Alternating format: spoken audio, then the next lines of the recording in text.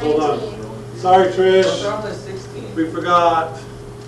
16? Okay, so number 10. We put the -3/5 in front, and -3/5 times 5 is -3. Subtracted 1 from the exponent and got -8/5. No big deal there. For number 12, we took and rewrote this as the square root of 10 times x to the -7, and then we could take the derivative the normal way there. Same thing with number 18. Rewrote it like this, and then took the derivative from there. And I kind of showed a little bit of work down there. Sorry I didn't record when we were actually doing it. And then same thing with number 14. Okay, so where are we at now? 19. So would the fifth root of t be t to the 1/5? The fifth root of t would be t to the 1/5. Yes. 19. So u equals the fifth root of t plus 4 times the square root of t to the 5th. Okay, yeah, so we got to start by writing this as fractional exponents. So the fifth root of t is t to the 1/5. And then this is going to be plus 4 times t to the... 1. Just t. Is that a 4? That's a 5. 5 over 2. Oh, I wrote that wrong. Power goes on top, and the root goes on the bottom. Okay? So then the derivative of that is take the exponent and put it in front. Subtract 1 from the original exponent. Same thing here. 5/2 times 4 is, 20. which is 10. Our calculus students, and then if I subtract I 1 already had it from there, written down. all right, I get 3/2. Okay. Okay. 20. Well, I hope when we're old, we still use like this, like the same stuff.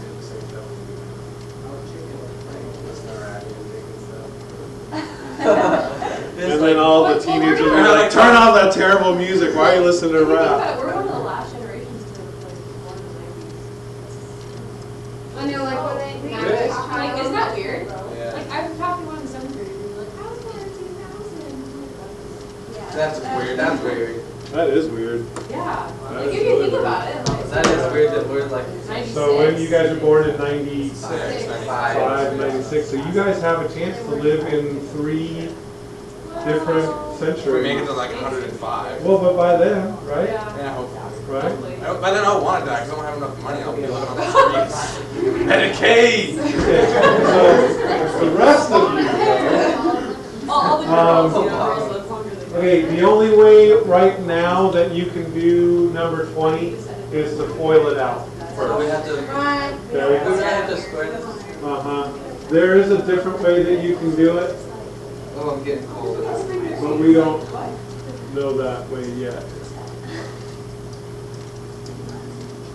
Okay, so if I FOIL this out, first times first is, X squared. no, X. x. X. Square root of x times the square root of x is just x. Okay, and then it's going to be this and this are going to be the same, so it's going to be 2 times the square root of x over the cube root of x, which we'll mess with in a minute. Oh, no, I did that wrong. Yeah, I was wondering. Oh, no, I'm okay.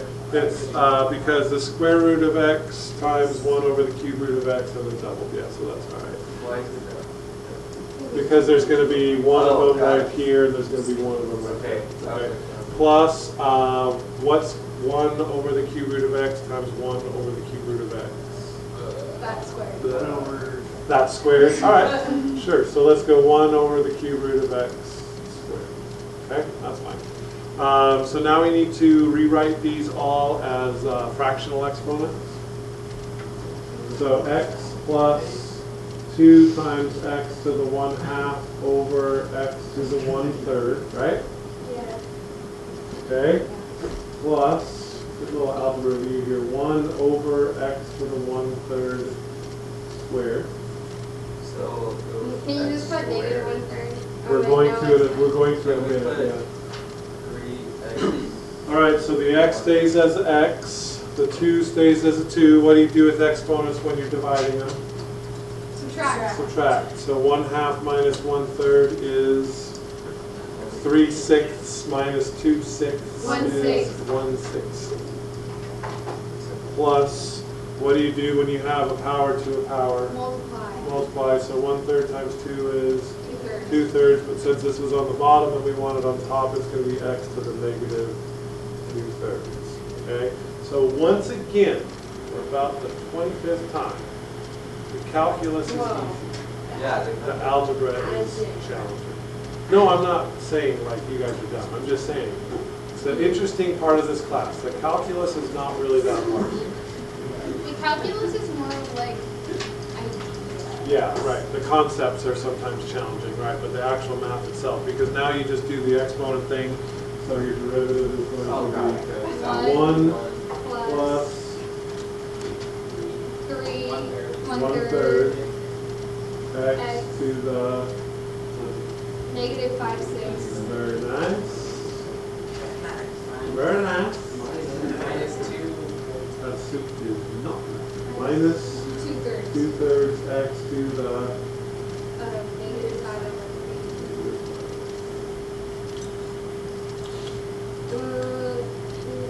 All right. Cool. Okay, is that it for that assignment? Yeah. All right, will you pass those forward, please? I did number 3, but not number 4. Of course it was connected, it's all connected. Okay, so this is all about the power rule. So the first one, the derivative was really easy, right? Yeah. Okay, you can do number 2 now. Oh yeah, we just did that. Yeah, we just did that kind of stuff. So for number 2, X. you just rewrite f of x as, x to the 1/3 plus, it doesn't really matter, but that would be 2 to the 1/5. When you take the derivative of that, it's going to go away.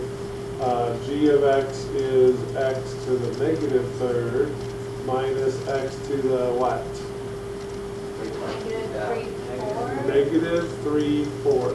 Nicely done. And then h of x, we have to do a little bit of work.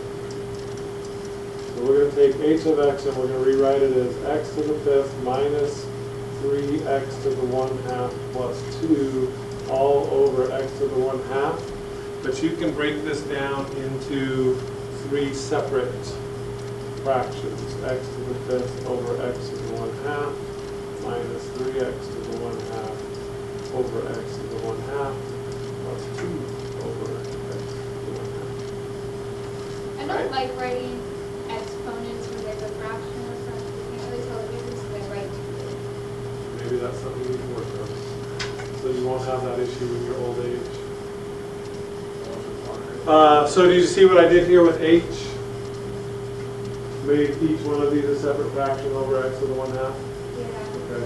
So that means you can simplify this by subtracting the exponents into x to the, you could say 4.5, but I'm going to say 9/2 minus 3 plus 2x to the negative 4. And then take the derivative from there. So you guys can do the So derivative. where do you now, get yes? 9 times?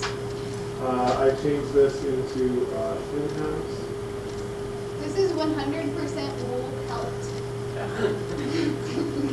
wool pelt. Yep. Felt. Oh, Felt.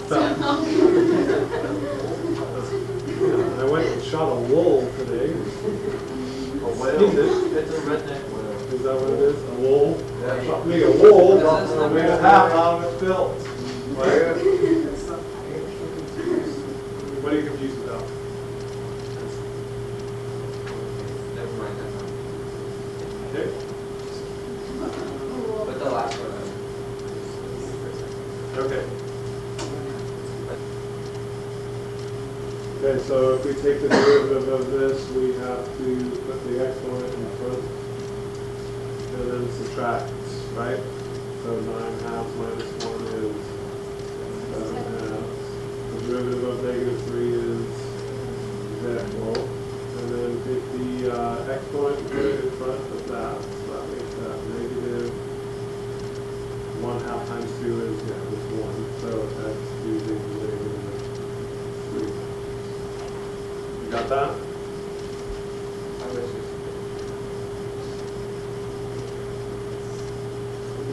I don't like when people wear this earring. I know. Did you see Melvin? Dave, no, I haven't seen Melvin yet, but I saw David. He has the scary old man mask. Now you're John with shadows. Last year. Yeah. It wasn't old people day, it was. I wish it was longer so I could like. It was like do anything you want. I wish I could put my hair in a ponytail. Everybody Yeah. wore old It was 10 days. When Shadow Wait, was what? very old lady. Okay. Celebrity look-alike day and nobody dressed up. Oh, that's right. 3, 4, and 5 are connected. Okay, and this is a little like a little intro into a rule that we're going to get in the next section. We haven't finished this section yet. There's a couple more rules that we have to learn in this section. But this is sort of a preview, okay? So it's the same kind of thing. We're going to do a couple of problems here. There's a pattern that you might be able to see, just like we finally figured out the pattern with the power rule, okay? So same deal going on here. All right? Focus when you're distracted. Okay, so the problem here is that this is what? What? 64 inches. Right, the 2 is inside the parentheses also, so both of these things to the 4th power. So this is actually, what did you say? Oh, you gave me the final answer. 16. Okay, so you would rewrite this first as 16x to the 4th, and then the derivative of that using the power rule is 64x to the 3rd. Okay? Same deal here. We can rewrite this as x to the 15th, and then the derivative of that is 15x to the 14th. Okay? We good with that? Yep.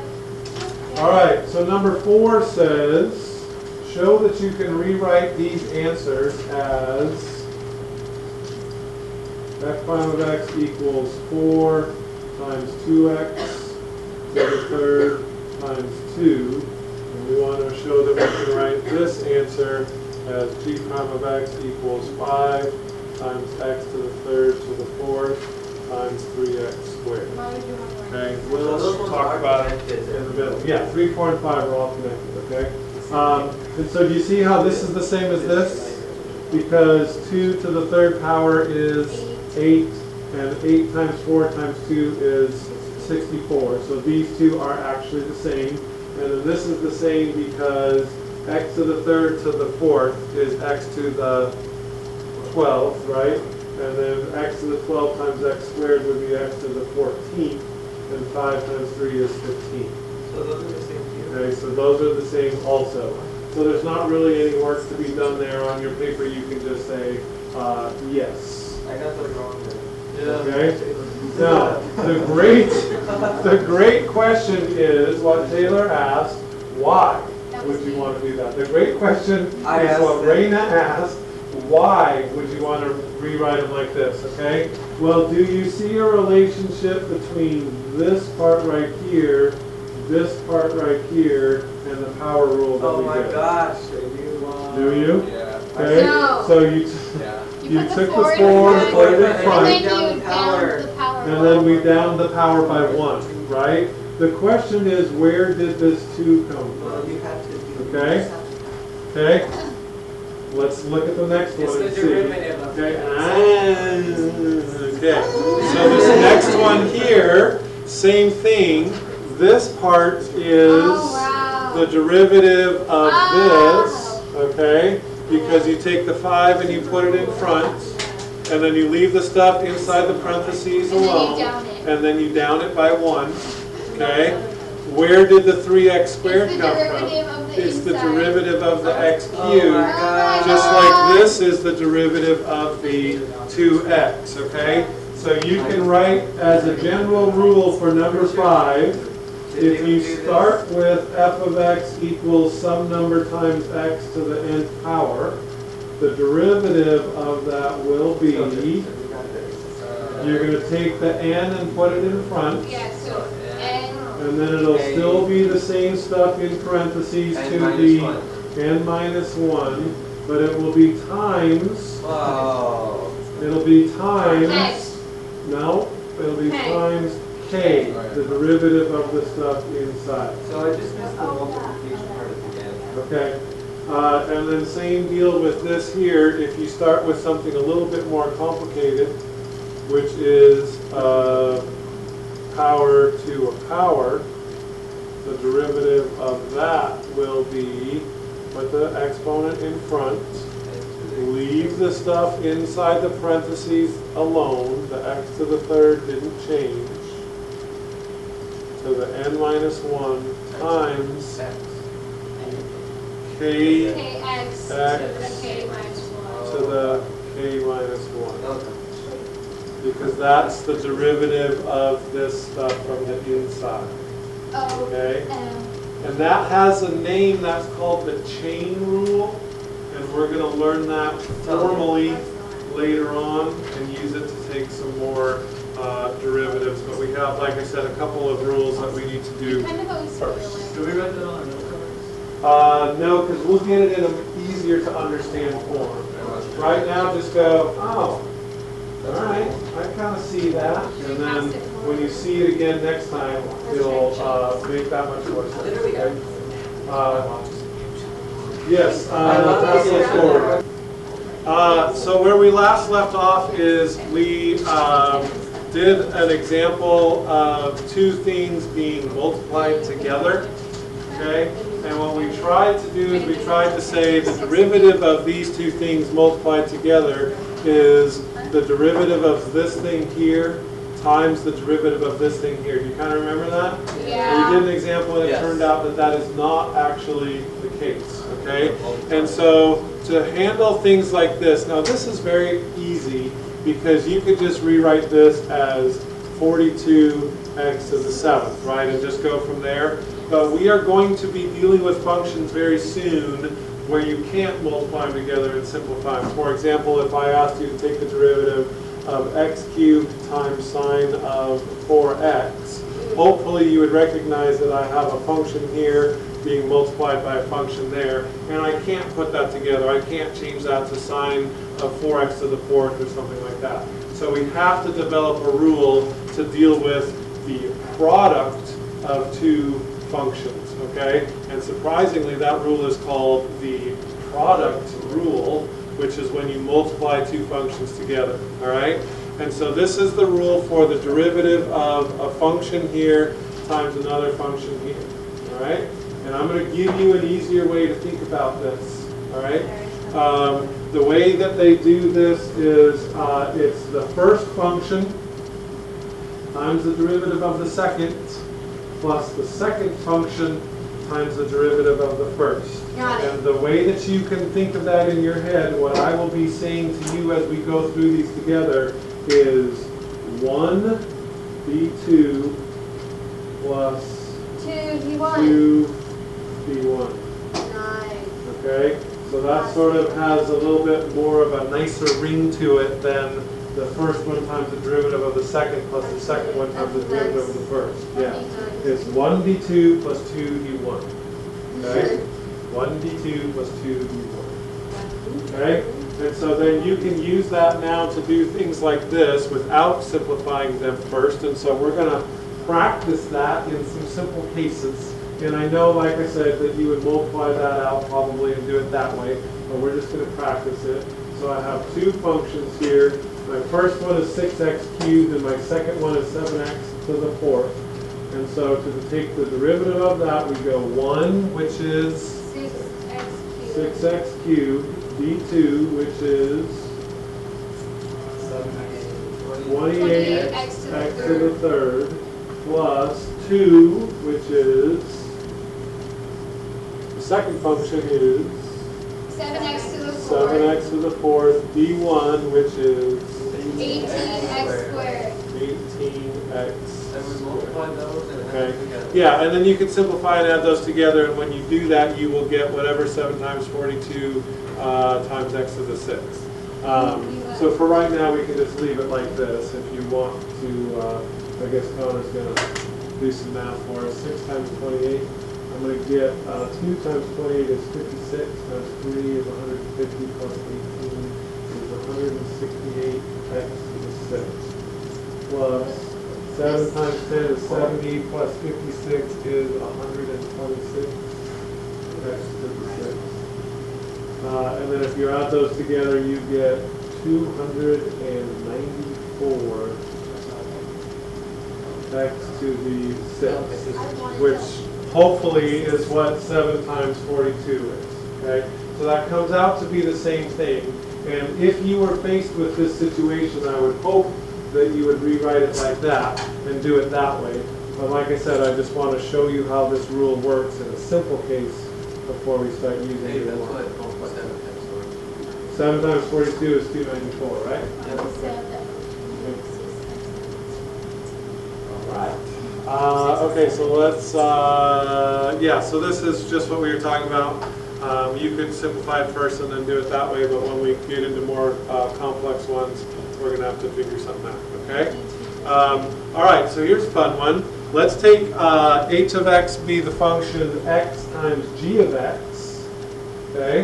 So now we have x times a function that we don't know what that is, but we do know some specific values of these two things. And let's figure out what x or h prime of 3 would be. Okay? Are you ready? I thought it was 35. It's 35. Okay? So we got plenty of time. All right. So same rule as before. 1d2. Well, we don't know one. Yeah, I do. 1 is x. Oh, okay, So so x times the derivative of the second one, which is? 3. What's the derivative of g of x? 2. No, what's the derivative of g of x? No, what's the derivative of g of x? G prime of x. Okay? You don't know it yet. That's the derivative at one particular point. And we'll get there in a minute. We're going to come up with the general rule first. So this is 1d2 plus 2, which is g of x. So the second function, which is g of x, d1, what's the derivative of x? 1. Okay? So this is my general derivative. I can go times 1. And then you can plug in 3 for Right, x. and then now we're going to plug in 3 for x because we have to figure out what h prime of 3 is. So the first thing I want to do is I'm going to replace all the x's with 3. So this x becomes a 3, this x becomes a 3, this x becomes a 3. Does that make sense? Yes. Okay, but now I don't know. Now I'm going to use the values that they give me to figure out what g prime of 3 are and what g of 3 is. What g prime of 3 are. What g prime of 3 is. So g prime of 3 is 2. G of 3 is 5. And so this works out to be 11. 11. Okay? Well, that's Isn't that fun? Now. Yeah, that's the word I would use to describe that also. Okay, so we will talk more about the quotient rule tomorrow. It is quite a bit more complicated, but I'm going to give you the little rhyme today, and then we'll do it again tomorrow, okay?